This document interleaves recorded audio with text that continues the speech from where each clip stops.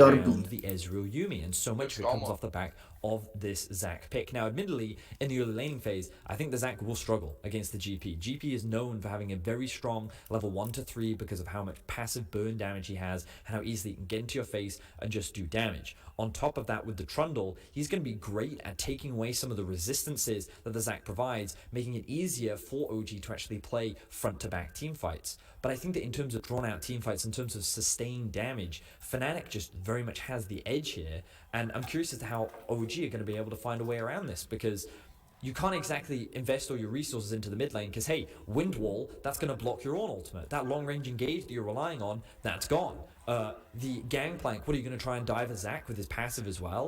I think that there are so many things and challenges that Origin are going to have to overcome from this Galaxy Ring draft that Fnatic have come up with in order for them to find an early advantage and then get to a point where...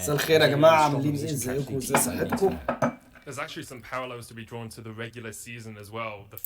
عاملين ايه؟ يا رب الجميع يكون بخير. يعني هنتفرج على فيناتيك واو جي. تمام.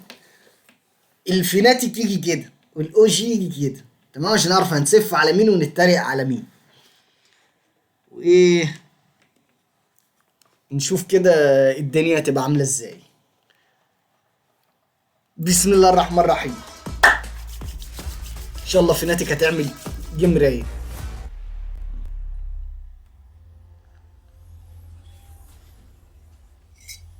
On to Summoner's Rift we go. First game of what I hope is 5, but what could... Summoner's Rift we go. First game of what I hope is 5, but what... عشان ايه نبقى مفولوين Chelsea مع decided الوقت. to run here because I thought they were running double heal in the bottom lane. That's not going to be the case. It's teleport on Hylissang. Now what this does allow Azilius to do is TP into fights and actually totally change the way a fight is playing. If he sees someone dying in the top lane and he's level 6, it's basically a Shen ultimate. مساء الخير، مساء العسل يا بسنت، عامله ايه؟ ازيك وازاي صحتك؟ يا رب تكون بخير. فيناتيك ايه اخبارك؟ الحمد لله. اسامه واحد مش فاهم ايه ليج اوف ليجند دي، جاي يقول لك اسكي تي تي 1. شكرا يا عم اسامه، شكرا يا عم اسامه، برافو عليك. روح جنب فكر. نمسز ميد الاول، ميد لينر محترم. نمسز ميد لينر، لا نمسز ميد لينر جبار مش محترم.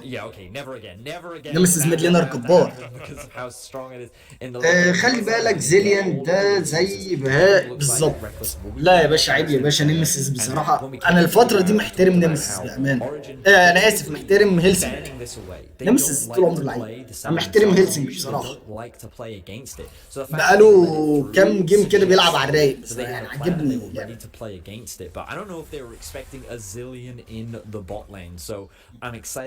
كل تمام يا حب، انت عامل ايه؟ الحمد لله بس انت بخير ورب تكون بخير دايما. الحمد لله انت بخير. I think it's super cool because I think it's very easy for a Zac to build those conqueror stacks, but I also think it helps you sustain. عشان يسوع able to pick up those blobs already gets a decent amount of sustain, but when you have all those conqueror stacks as well, it only adds insult to injury. يا بويبو انت بتعمل ايه؟ الفاري غبي، خد بالك. That much harder to kiل. And you can see that's what Bwipo's trying to do here. If you trade, والله عملوا تريد رايقه، بس لا بس الفاري هيل البتاع. انا مالي عملت زي اللي هو بتاع بوحه كده، هيهيل من البوشنز اللي معاه. Push onto Bwipo, and as you said, it's not an easy laning phase for the Zac early on just because of that trial by fire and the اركادات منور الدنيا يا حبي، عامل ايه؟ ازيك وازاي صحتك؟ يا رب تكون بخير. When we look at this 1v1, وانا حاطط one of the big issues that Bwipo is going to have is playing Doran Shield into Corrupting Pot, so Alfari naturally has more sustain. So while that initial trade actually looked quite promising, زاك زميتا توب ناو. of course because Alfari معايا ما اعرفش، انا بقالي فتره بصراحه ما عنديش خلفيه الميتا ومش ميتا. His passive and the Doran's shield. مش من متابعين الميتا. Under this tower, we can see that Trundle not right now setting up for a dive. Trying to dive the Zac this early on into the game is dangerous. One of the things I did like about that early trade from Bwipo is I think it forced the wave to push faster than Alfari would have wanted it. Because in an ideal world, he could either set up a slow push for a potential level 3 dive, or he just wants to push the wave in so they can get an early bounce back. But you can see how Bwipo is actually keeping the wave close to his tower for a much longer period of time. So I think he went for that early force and trade. Both the junglers meeting in the river. It's Selfmade who gets the scuttle grab. Nemesis is going to land the knockup. from the Steel Tempest, but Nukeduck should just be able to walk this one away. Nemesis is running Ignite in that middle lane on the Yasuo. Doesn't have the teleport, but we do have 2 TPs on either team, of course, because Hillsang هوب كلين واجري ورا، خد سكيور السكوت. بص سكيور السكوت على طول مع جراجاس. لا لا لا لا لا لا لا لا، خاف على نفسك يا نيمس. لازم فلاش طبعا. جيبي نازل على تحت، لازم يبرن فلاش. هو كان المفروض يرسبكت تراندل شويه. to make sure they had the prio on that crab. الفلاش بيرن ده مش حلو. able to get the waves pushed underneath the tower, and so now that wave is actually bouncing back towards him, which is going to put Whipple in an awkward spot. We have to note the fact that Nemesis was forced to flash because of the fact that the pillar was set up by Xerxes, and of course Nukeduck can use that pillar to actually set up the knockup combo with his E. Whipple now in Whipple مات. He's going to channel, but the pillar of filter flash tracks can't quite land the barrel, so Whipple only has to burn the flash, doesn't pay for it with his life. But a good pillar of ice there from Xerxes will stop Whipple from being able to escape easily. لسه قريب لسه قريب. From Xerxes, you've got to remember that the pillar does in fact create a very small knockup that even Yasuo can use his ultimate off of, and he was able to find that interrupt onto Whippo. The positioning and timing is very important. FBX وبس السبورت بتاع FBX اسمه ايه؟ اسمه ايه؟ Whippo will be the focus, and now Whippo's lane state is in a very awkward spot. He's forced to overextend because الراجل بيقول FBX وبس، يقول لنا السبورت اسمه ايه؟ try and set up a freeze here. Now Whippo will go back to base TP help, but of course he's sitting on top of a ward right now, so probably is going to make his life even more obnoxious. But notice Xerxes, he's now passed towards his bot side camps, and he's going to make his way back up towards top, which means that they can look for another gank onto Whippo. And the fact that Fnatic have no flash on both mid laner and top ضد ما تحاول تراجع الستريم على اليوتيوب لاحسن تويتش في مصر خربان خالص. صعب موضوع ان ارجع الستريم على اليوتيوب ده، ممكن ابقى احاول ارجعه على اليوتيوب بس مش لما يبقى عندي فرصه ان انا الله الله الله الله الله الله ده صوت الدونيشن ده اللي رن في ودني ده. اسمع صوت دونيشن. بيتهيألي ولا ايه؟ وفين الدونيشن؟ ما طلعش ليه والبيت ما اتكلمتش ليه؟ ده فيك دونيشن؟ شكله فيك دونيشن. طيب هو ما طلعليش والبت ما اتكلمتش، بس انا جالي من اتش، فتسلم لي اتش، تسلم لي على الدونيشن حبيبي. شاوت اوت كبيره يا جماعه لهشام عامر، ومتشكر يا حبي على الدونيشن. يا رب الستريم النهارده يعجبك انت وكل الناس اللي بتتفرج. احنا بنتفرج على فناتيك، انا بيك فان لفناتيك، فان في الصميم يعني. وبعدين فناتيك ان شاء الله ممكن يعملوا حاجه حلوه الفتره دي. هيلسنج رايق بصراحه، فالموضوع عاجبني قوي قوي قوي. يا رب بس ربنا يكرمه ويكمل زي ما هو، ربنا يكرمه ويكمل زي ما هو، عشان كفايه 2 سبليتس انت بتلعب فيهم انتر. طيب بيلعب فيهم انتنج عشان doesn't want to get interrupted by the pillar, but he must be aware that Xerxes is hanging around. بص ابن الغدارة، بص ابن الغدارة. بس ايه ده؟ ويبو معاه سستين كتير قوي، معاه سستين كتير قوي. بس سيلف ميد جاي، هيكملوا الفايتايه، هيكملوا الفايت لسه. ايوه فيرستايه فيها فيرست بلاد، فيها فيرست بلاد، فيها فيرست بلاد.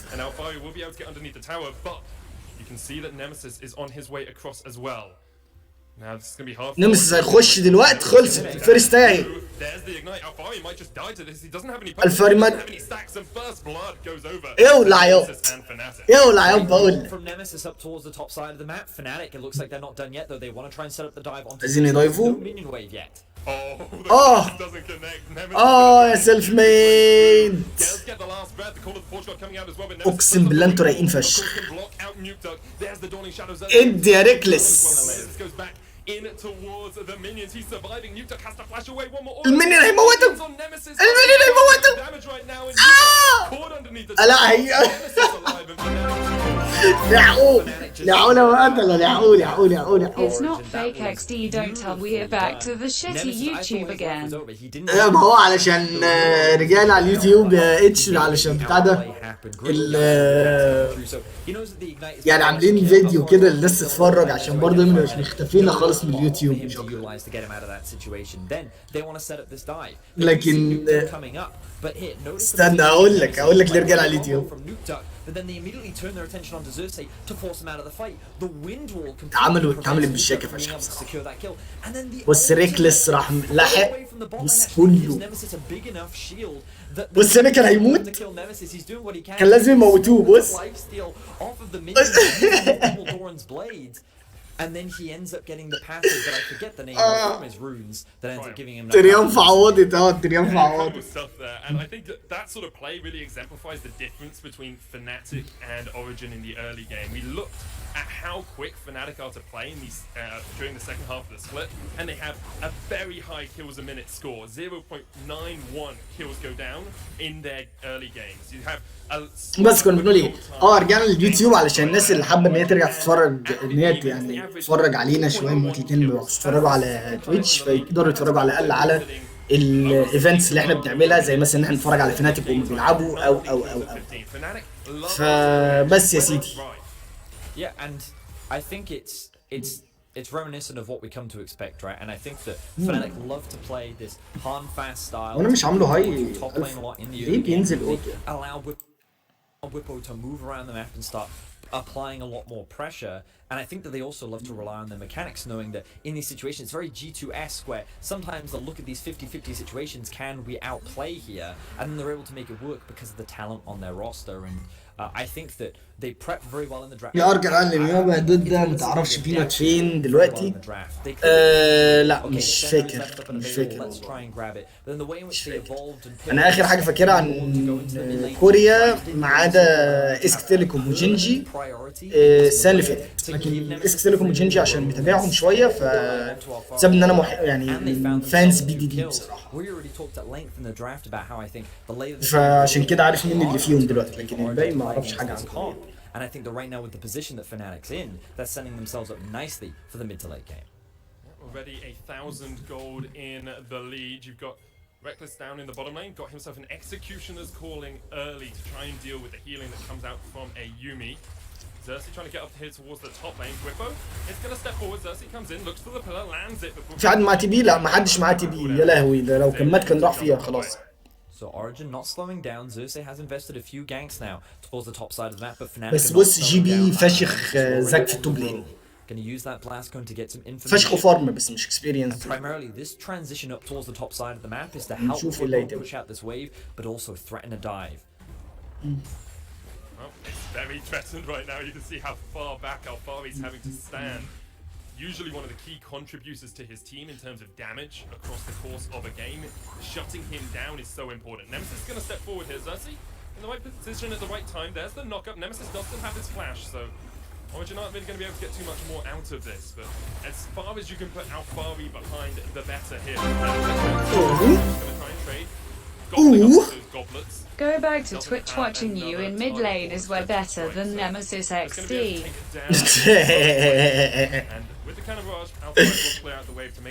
والله ايه يعني مش عارف اقول ايه والله. ناس عارفه موهبتي يا جدعان. الناس عارفه موهبتي. مات. طب انا ما شفت ادي واحد مات في التوب. هو زيليان عايش صح؟ كلين فشخ. قول لهم اتش قول لهم ان ساعة يتفرجوا على بيبيتو في الميد ولا نمسس بقى ولا قرف.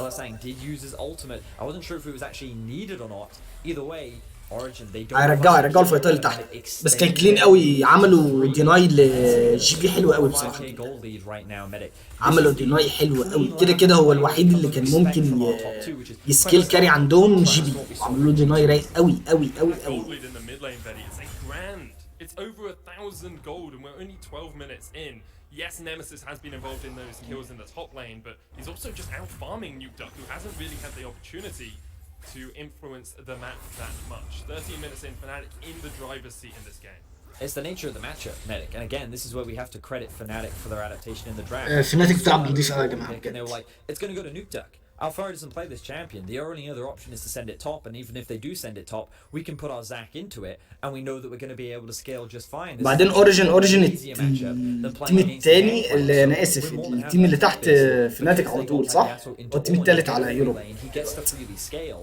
فالمفروض ان الجيم دوت ماتش اوف ذا ويك يعتبر مش جي 2 اللي بيلعبوا. They walked over the Scuttle crowd. They're going to get knocked up and almost killed. There's the Dawning Shadow. A fire will take a chance. على الدمج. Trying to make the fight happen before Upset and Destiny. عايزين ياخدوا التاور. They would have had التاور ده يتاخد وش. here in the top lane. Origin are trying to make something happen, but Avito this early before the plates. البليتس راح. As in before you've taken multiple plates. بليتس طارت برضه يا ولد الرخمه. بس فيرست تاور البوت لين. بتاعت فناتك رايقه. I mean, this is not normally what you expect. Normally when one team gets the Herald, they're able to move first on the map and they use that Herald to secure the first tower advantage, but it's now Origin who's behind in tempo and they're not even going to be able to take this turret down. Bwipo, he does this thing on Zac where he's always at like this amount of health, like 40 to 50%, and he just never seems to drop below it. It seems impossible to get him below this point just because he utilizes his passive so well and he's able ده حقيقي بيلعب فعلا حوالين الباسيف بتاعته حلو قوي. هو على طول 30 40% اتش بي وفعلا ما تعرفش تنزله. بيلعب لعب رايق قوي بويبو. انا شخصيا شايف احلى واحد في فناتك دلوقتي بويبو. احلى واحد هو اللي ماسك فناتك. حقيقي اقوى لين في فناتك دلوقتي توب لين. But we will get to see some, like, I wonder if it's either Infernal or Ocean, both still very strong souls for both teams to look for. I mean, any soul is a good soul, but as you said, Ocean so كنا عايزين كويك شوت. saw how effective it can يا اسطى ما انا هو موجود اهو. في دودو شوت. ينفع دودو شوت؟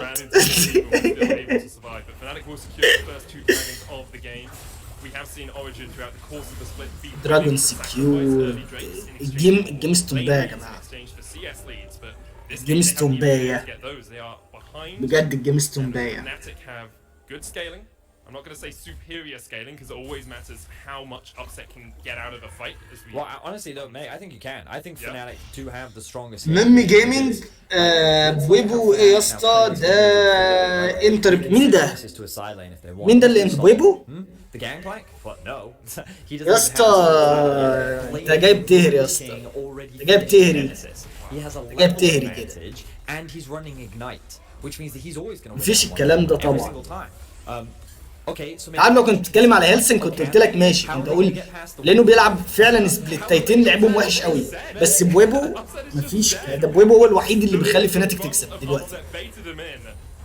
البوت لين بتاع فناتك وحش جدا وحش جدا جدا جدا. الميد لين الواد فاهم فشخ بس كل اللي بيلعب ضدهم فاهمين زيه كده بس هما اوقات احسن منه في الميكانيكس كمان ان كان كابس بقى ولا ان كان فيكر ولا ان كان هنقعد نتكلم على ناس كتير قوي في الميد لين روكي وفي دي بي وغيره بتاع الدو ام بي هو الوحيد اللي كان البلاك هورس اللي كان موجود ومشيت معاه لكن The chrono shift comes out just in time, and now Nemesis is chasing Nuke Duck up towards the top side. He flashes, misses the Keyblade, but lands the final auto attack to get the kill. Meanwhile, Xerxes is running down towards the مات مش هيجري. مش هتجري بقول لك. رايق يا هيلسنج يا رايق. It's a massacre. استنبايه. Like OG are trying but they just can't. They couldn't kill right. ما كابس دلوقتي بيلعب ايدي كاري وبتاع كان المفروض يعني ما اعرفش هم ليه عملوا كده بصراحه. يعني لان كابس احلى من بيرجز في الميد لين وفي نفس الوقت انت كتمت لعيب في الميد لين قوي قوي ماشي بيرجز حلو في الميد لين بس كابس احلى في كل السبل فخلاص انت مش عايز تمشي بيرجز ومخلي بيرجز عشان هو الصوره بتاعت جي 2 هو لعيب حلو جدا جدا جدا ما فيهاش كلام لعيب قوي قوي يبقى خليه زي ما هو ايدي كاري. انت ليه عملت سويتشنج تاني في جي 2 ما اعرفش بصراحه بس الميد لينرز الموجوده كلها قويه قوي فنيمسيس بيقف لهم راس براس لكن مش تقيل عليهم لكن بويبو في التوب لين بصراحه يتقارن بداشاي والناس دي. you've got to remember that Fnatic, when they played up against Mad in week 9, they looked like clear. Reckless is in danger now. Oh no, he's got the chrono shift. Here comes the teleport. Fnatic always willing to take a هو ازاي ريكلس وقف الوقفه دي اصلا؟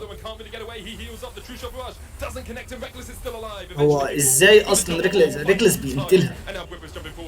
ايوه خلص استنبابت حرام. ايوه ازاي ريكلس وقف الوقفه دي اصلا؟ ازاي اتمسك؟ ده عمل ديسريسبكت. Reckless is so overrated as ADC. Reckless is the greatest ADC عشان شكله حلو، عشان أمور. عشان أمور يبقى هو أحلى ايدي كاري. لا طبعا الراجل ده فيه ايدي كاريز تيدي ووزي وجاكي لاف. لا يا راجل مفيش الكلام ده. مفيش الكلام ده خالص. مفيش الكلام ده خالص. هو قوي، هو ايدي كاري قوي قوي بصراحة. أنا بحبه جدا جدا جدا. بقول لك أنا بيج فان لفناتيك أصلا.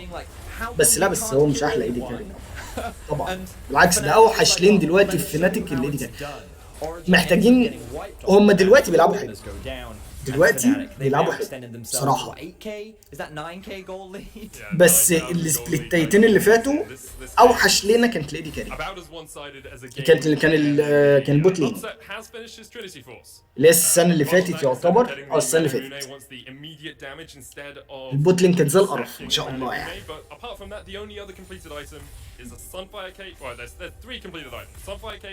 And the Athenes alongside the Cinderhulk on Xerxes. So when you look at Fnatic and they have 2 completed items, مش عارف I'm pretty sure I know which way this one's going, Daddy.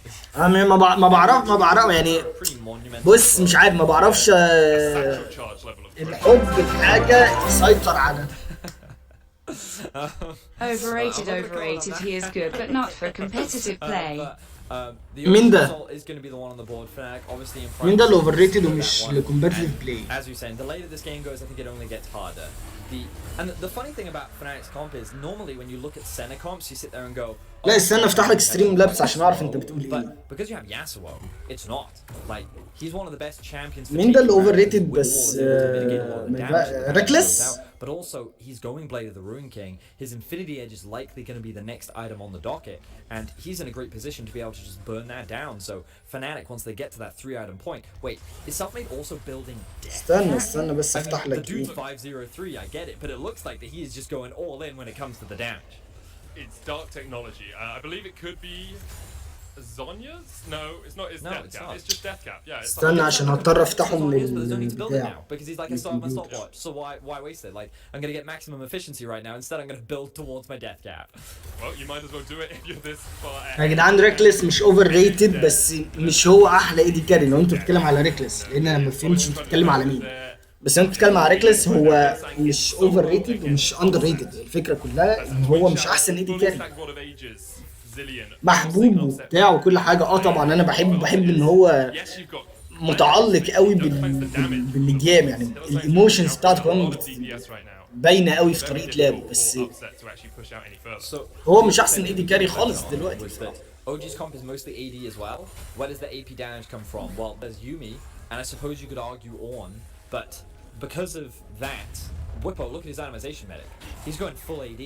هو مش احلى ايدي كاري فعلا. لا هو مش احلى ايدي كاري، بس هقول لك يعني مثلا السيزون اللي كان بيلعب معاهم في كابس كان ريكلس احلى ايدي. كان هو كان مثلا كان ممكن احط اوزي وجاكي لوف وريكلس هما الاثنين، وممكن احط كمان ريكلس تاني. يعني اوزي بعد كده ريكلس كاحلى ايدي كاري في العالم، بعد كده جاكي لوف السنه اللي قبل اللي فاتت دي. واللي هيقول لي دبل ليفت ودبل فيجلا ودبل مش عارف ايه يقطم بدري عشان ما هلاقيني بزف. اوزي ده بس اوزي فيكر كده بس في البوت لين. اوزي رهيب. مش بقول كده عشان الاوفر ريتد بتاعه، بس هو فعلا ايدي كاري قوي قوي. ايدي كاري قوي قوي قوي قوي قوي قوي قوي قوي قوي. بس ايدي كاري في الورلد ناو رولر، الرولر حلو بس هو عمره ما طلع البيك بتاعت البيست ايدي كاريز. حتى لما كسبوا في سامسونج، لما كانوا في سامسونج وكسبوا ما كانش قد كده، ما كانش هو ما كان في ايدي كاريز كتير حلوين عنه. He is the cutest ADC, we can say that XD. طبعا بصراحه، بصراحه يا ريتنا بشارك. سلام. اصلا بقى كان في حد بيقول لي ان انا شبه ريكلس، بس قلت له لا انت بتضحك عليا. لا بهزر طبعا. كل يوم اطلع اقول لكم انا حد قال لي شبه مش عارف ايه. They could wait for the Ocean Soul if they wanted to. طب تيدي في ليدي كاري، تيدي حاليا اظن ان هو اوزي، يعني ما تقدرش تقرر مين فيهم احلى، تيدي ولا اوزي. And by keeping Origin thin, you also avoid the risk of Origin finding a collapse onto a single member, getting a big. يا اسطى تعالى يا اسطى ما تقولش كده بس. يا اسطى ما تعرضناش قوي كده يعني. They're trying to keep Origin as far away from each other, and now Origin are looking for a play. اوزي مش بيلعب اساسا ناوي نجي. اللي اعرفه في ال بي ال دلوقتي اصلا ان اف بي اكس واي جي فاشخين الدنيا. ما اعرفش ايه نظام اوزي بصراحه. انا بتكلم كل دوت على السبليتايه اللي فاتت واللي قبل، انا بتكلم على السنه اللي فاتت والسنه اللي كان اللي قبلها، لما كان بتاع ده اسمهم ايه يا ربي، ار ان جي كانوا في الام اس اي لما كسبوا الام اس اي السنه ديت، والسبليتايه اللي بعدها لما كانوا في الورلدز وحصل لهم ابسيت من فيناتيك. كانوا اصلا ساعتها اوزي كان برضو جبار، ما كانش طبيعي يعني، وكله كان مقتنع ان ار ان جي اللي هتكسب مش فيناتيك. وفي ايه تاني؟ وفي ايوه هي السبليتايه، والسبليتايه بتاعت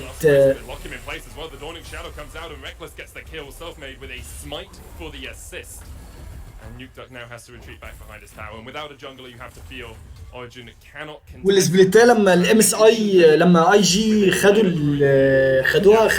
دخلوا الام اس اي من ار ان جي. بكره مسفت سورو.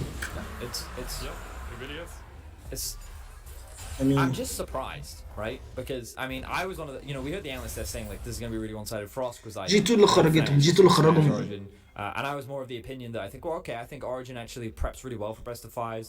I think that G2 خرجهم really telling for how they're going to. اللي خرجهم السنة اللي فاتت فيناتيك يا ابني، اللي خرج But then they just get stopped. اللي خرج بتاع ده absolutely RNG. Not only in the draft but also in the execution of everything. It's just like يا جدعان اللي خرج ار ان جي السنه اللي فاتت فيناتيك كان 3-1 والتاي بريكر كانت على كان 1-3 قصدي فيناتيك، والتايب بعد كده كسبوا الثلاث ايام على طول، فخدوا التاي بريك بتاع ار ان جي وبتاع واسمهم ايه، لما كانت اقوى مجموعه اصلا في الورلدز كان فيها اس كي تي وفيها فيناتيك وفيها ار ان جي وفريق تاني جولدن لا مش كان جولدن جارديانز اظن.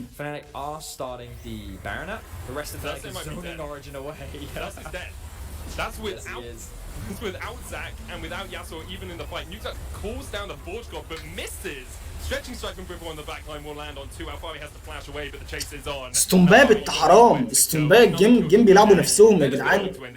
فناتيك فاق قوي في الاخر، فاق قوي يعني، بيلعبوا نضيف قوي بصراحه. انا نفسي يلعبوا جي 2 بس مش هتحصل. صح هم كده مش هيلعبوا جيم تاني ضد جي 2، انا مش عارف والله، بس انا نفسي يلعبوا ضد جي 2، نفسي يكسروا الحته بتاعت جي 2 دي، ما بيخسروش غير من جي 2، نفسي يكسروا الحته دي. 13,000 gold lead. 4 dragons to 1. استنباب التلازينة. 6 turrets to 0, and Fnatic aren't stopping yet. Xerxes rooted up with the last embrace, but the Nexus has to be the target here for Fnatic. This was a demolition, a clinic from Fnatic. استنباب التلازينة. It's just a massacre. Like it was just a one-sided massacre from draft execution to gameplay. جي 2 لسه عندها تشانس بس اظن ان ماد لايونز امبارح عمل لهم ابسيت جامد قوي يعني، حاجه كانت قويه قوي عليهم ان هم يخسروا، ما كانش المفروض ان هم يخسروا، حطوهم في موقف وحش، بس لكن ما اظنش ان هم based off this one game, this massive sample ايه ده؟ لا size, انا مسحت الويندو كابتشر مش الفيديو كابتشر. اما Fnatic اظبط الموضوع ده. made Origin not look like a third seed in the LEC. اما بقول هي ثيرد we'll have to سيد see if بالظبط، Origin بيلعبوا can ثيرد change سيد. things up moving into المفروض the ان rest هم of this series because right now رايقه قوي، رايقه Fnatic قوي is looking فناتيك. like a dominant force, a storm that cannot be stopped. And the سامع؟ question that we had was, will Origin be a pebble on the steppers feel like a pebble? I think they feel like less than a pebble right there. But if you want more takeaways from game one, be sure to join our analysts after the break. And don't forget tomorrow رايقين we're closing قوي out قوي round one of the قوي playoffs قوي with Break. بصراحه. And don't forget tomorrow we're closing out round one of the playoffs with Misfits versus Rogue. عاملينها رايقه قوي قوي قوي. Had their time this split. They've had their wins. They've had their moments. طب يا شباب احنا بس قلنا نعمل الاستريم للماتش دوت. بالمره بقى بما ان في ناس موجوده فانا هقول احنا يا جماعه نقلنا على تويتش، ودلوقتي الاستريم بقى على تويتش مش على اليوتيوب. فالناس اللي حابه ان هي تبقى مكمله او متابعه الاستريم ويتفرجوا على بقيه الاستريم والحاجات اللي بنقدمها، وان هم لو حابين يكملوا فرجه يعني معانا على الاستريم فيقدروا يعملوا فولو لتويتش من تحت، هتلاقوا في صندوق الوصف او الديسكربشن بوكس. بتدوس على اللينك هياخدك على تويتش، هتعمل فولو. انا شخصيا ما بستفادش اي حاجه من الفولو بتاع تويتش، فكره الفولو علشان انت يجي لك النوتيفيكيشن لما اطلع اعمل ستريم على تويتش. انا اوريدي افليت على تويتش عشان كده ما استفدتش منه حاجه. الافليت او البارتنر الاثنين الفايده الوحيده بتبقى من الدونيشن او السبسكرايبر، لكن الفولو مش بيأثر قوي. فالناس اللي هي حابه تتابع تقدر تخش تعمل فولو، ما تنساش تعمل فولو وتفتح النوتيفيكيشن عشان يبقوا يتابعوا لما نطلع نعمل ستريم على تويتش، لاني قدام شويه مش هيبقى فيه مش هبقى بطلع اقول على اليوتيوب ان انا هفتح على تويتش. ده واحد. اتنين، ان شاء الله الجمعه دي انا كنت ناوي ان السبت دوت كان هيبقى فيه تورنمنت. انا عارف ان هي مش موجوده، انا بالعكس هنزل النهارده بالليل على الصفحه بتاعه الفيسبوك. هنختار التورنمنت ال1 في 1 تتعمل ايو ولا تتعمل اي 1 اي، والتورنمنت 5 في 5 تتعمل على ايو ولا على ايو، على اي ويست ولا على اي 1 اي، والناس تقدر تعمل لنا فوت، وبعد كده التورنمنت هتبقى معموله على مكان الفوتنج. ال1 في 1 هتبقى البرايز بتاعتها اللي هيكسب هياخد 10 يورو ار بي. تمام، هبعت له 10 يورو ار بي. هي تورنمنت خفيفه كده سريعه لذيذه علشان كلنا ننبسط، او جيف اواي خفيف صغير هعمله بسرعه كده. يبقى ال1 في 1 اللي هيكسبه هياخد 10 ار بي، والتورنمنت ال5 في 5 التيم اللي هيكسب هياخد 50 يورو اي بي برضو، ار بي انا اسف. وكل واحد في الفريق يعني كل واحد هياخد 10 يورو ار بي. وهيبقى في سايد جيف اواي اللي هي بتاعه الشيرنج والانتراكت. اكتر ناس تبقى عامله بتعمل شير وانتراكت للستريم الفتره الجايه ديت، فهبقى هديهم جيف اواي برضو. مش عارف احدد ار بي ولا ايه تاني، هنشوف لسه على مع التورنمنت، مع كل تورنمنت بتخلص. فان شاء الله انتظرونا الجمعه الجايه علشان تبقوا اللي حابب يخش في ال1 في 1 واللي حابب يخش في السمر ريفت اللي هي ال5 في 5. لو معاك 5 طبعا تقدر تكرروا وتخشوها. هي خفيفه زي ما قلت، اعتبروها يوم سكريمز مش تورنمنت كبيره وبتاع مش عارف ايه. بالعكس احنا عاملينها عشان كل الاطراف تنبسط، الناس اللي الريجولار اللي على طول بيجوا يتفرجوا علينا، فاي حاجه ليهم ليا انا للشيرنج والموضوع ينتشر شويه، نفوق الاستريم شويه. الناس اللي بتتفرج فاهي يقدروا يشوفوا حاجه جديده او يعني حاجه تجديد في الاستريم شويه. فيعني عاملينها لكل الاطراف او عاملين جيف اواي عشان كله ينبسط. ان شاء الله تعجبكم. وهي هتتعمل على الفيسبوك، مش هتتعمل على اليوتيوب، ومش هتتعمل على مش هتتعمل على تويتش. هيبقى معموله التورنمنت هتبقى معموله على الفيسبوك علشان نعمل شير ولايك ونوصل الفيديو لاكبر عدد ممكن من الناس. ال1 في 1 ما اعرفش الناس حباها ارام ولا حباها سامنرز ريفت، بس انا رايي احنا سامنرز ريفت هتبقى هارد كور قوي لان كل ليفل بيفرق. فاحنا ممكن نعملها ارام وبتنزل تهزر شويه وتلعب شويه وبتاع وتركز انت هتلعب باني شامبيون في الارام بس انا رايي نخليها ارام، يعني نخلي ال1 في 1 ارام. ف هعمل برضو هشوف الفكره هتبقى فين. يا اسطى لينك صفحه اليوتيوب الفيسبوك، انتوا مش عندكم صفحه الفيسبوك؟ والله العظيم مش عارف اقول ايه على موضوع، لان الناس اللي عندها صفحه الفيسبوك ولا اليوتيوب ولا تويتش ولا اي حاجه. اهو يا عم صفحه الفيسبوك اهي، لينك صفحه الفيسبوك في الشات وفي الديسكريبشن بوكس اهو. اوكي فيسبوك تمام كده.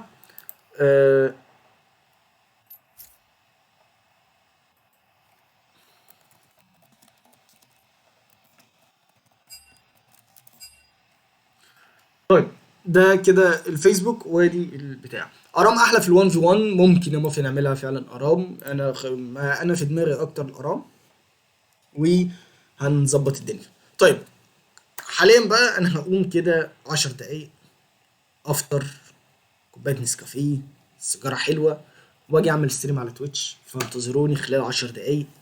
اللينك بتاع تويتش هتلاقوه تحت في الديسكربشن، هتخش عليه وهتروح على تويتش هتلاقيني بالظبط 10 دقايق ربع ساعة في الحدود دي نطلع نعمل ستريم رايق.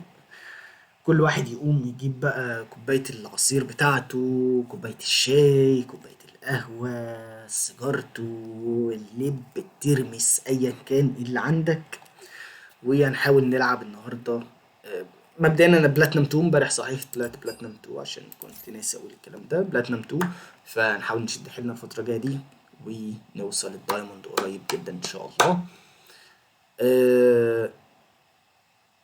فشدوا حيلكم معانا بقى ونحاول على قد، وبحاول زي ما انا قلت على تويتش ان انا اشرح قدر الامكان اني تلعب الميد لين ازاي، او ايه الصح في الميد لين وايه الغلط. وبعد كل جيم بقول انا لعبت على ايه وازاي وليه، علشان الناس اللي حابه تفهم حاجه فادي تفهمها. في معلومات صغيره كده بتعدي عليا، مش انا اللي ببقى عارف، مش جايه من عندنا او مش انا اللي عارفها شخصيا. بالعكس انا بسمع برو بلايرز او بسمع حاجه معينه او بعرف حاجه معينه فبقولها. فحتى الدايموندز او التشالنجرز ممكن في حاجات بيبقوا مش في دماغهم او ممكن يكونوا مش عارفينها قوي، زي بتاعه البارما. يعني مثلا كنت جيت بقولها عشوائي قوي لقيت محمود ماستر تير يا جماعه على فكره، ومثلا وهو جانجلر كمان وما كانش يعرف معلومه زي دي برغم ان هي مهمه جدا. البارون عنده باف، الباف ديت لما بتيجي تضرب، لما بتبقى انت اللي بتضرب البارون، لما انت تبقى متانك البارون و او البارون يعني بيضرب فيك انت، فالدمج اللي انت بتعمله عليه 50% بيبقى اقل. ففي وسط الموضوع دوت لو انت مثلا كجانجلر ولازم تبقى عارف ان انت حد يتنكلك علشان تعرف تعمل اكسترا دامج على البارون، تعرف تاخد البارون بسرعة مثلا. حاجة زي دي حاجة بسيطة صغيرة بس بتفرق كتير قوي، والهاي ايلو هيبقى فاهم هي قد ايه ممكن تفرق معاه، مش اللو ايلو بس. ان انت البارون بيضرب فيك انت بتضربه 50% دامج اقل يعني لمدة 15 ثانية، فانت اصلا المفروض بتاخده كله كده في 15 ثانية بس كده. فتلاقوني على تويتش ان شاء الله كمان 10 دقايق، والسلام عليكم.